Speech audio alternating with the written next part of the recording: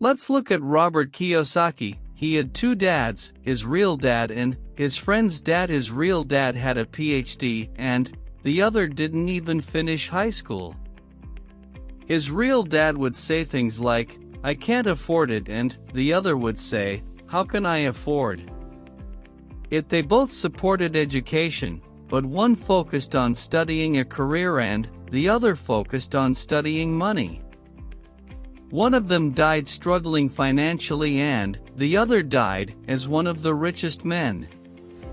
Hawaii Kiyosaki decided to learn from his friend's dad instead of his own dad. This is important to know because we can do what Kiyosaki did and learn from other people, then know the subject very well. Have you ever heard people say, "Oh, I wish I had more money. I'm quitting this job they pay here sucks. I need to get a second job because I need more money." And I'm sure all of us can relate, but the problem here is that it really doesn't matter how much money we're making. If we don't even understand it, let me ask you something. What is the first thing you would do if you got a pay raise in your job, $10,000 a month? Starting today, would you buy a new car, a new house, take a trip to Vegas to celebrate?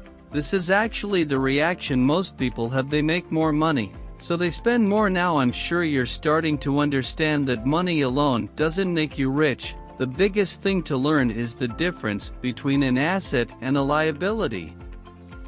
We are going to define them in very simple terms. An asset is something that brings money to your pocket. A liability is something that takes money away from your pocket. Just about anything can be an asset or a liability. If you own a house and it takes money out of your pocket, it's a liability, but if you rent out that house and it makes you money, then it's an asset. The difference between the poor, the middle class and the rich is that the poor have expenses, and don't mean living expenses, I mean just spending money on stuff. The middle class buy liabilities that they think are assets.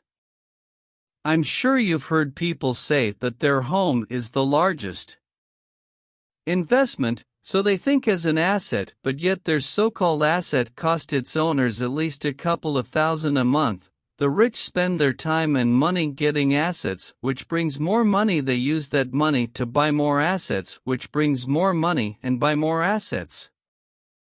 That's why the rich get richer and the poor middle class stay the same, and it really doesn't matter how much money you're making. If you have a job and make $10,000 a month and you buy cars and expensive wine bottles and in timeshares in Vegas and spend all of your money at the end of the month, you have a poor person mentality. The same goes if you have a $2,000 a month income, you spend only $1,500 and the rest you use to buy assets. Eventually, those assets will bring you more money to buy more assets.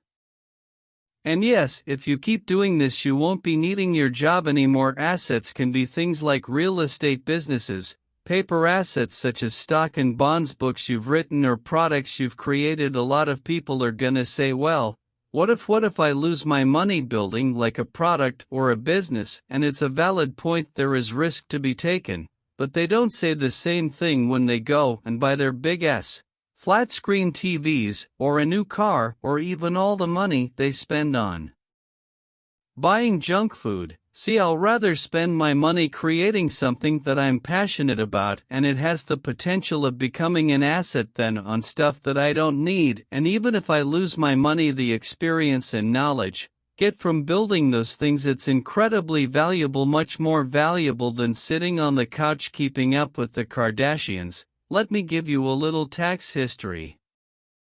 You know the Robin Hood story, right? The guy that takes from the rich and gives to the poor. Yet that guy, well, a long time ago, in England, in America, there were no taxes. The government would only collect taxes to pay for wars like the Civil War or the fight against Napoleon. Then the government decided to establish permanent taxes.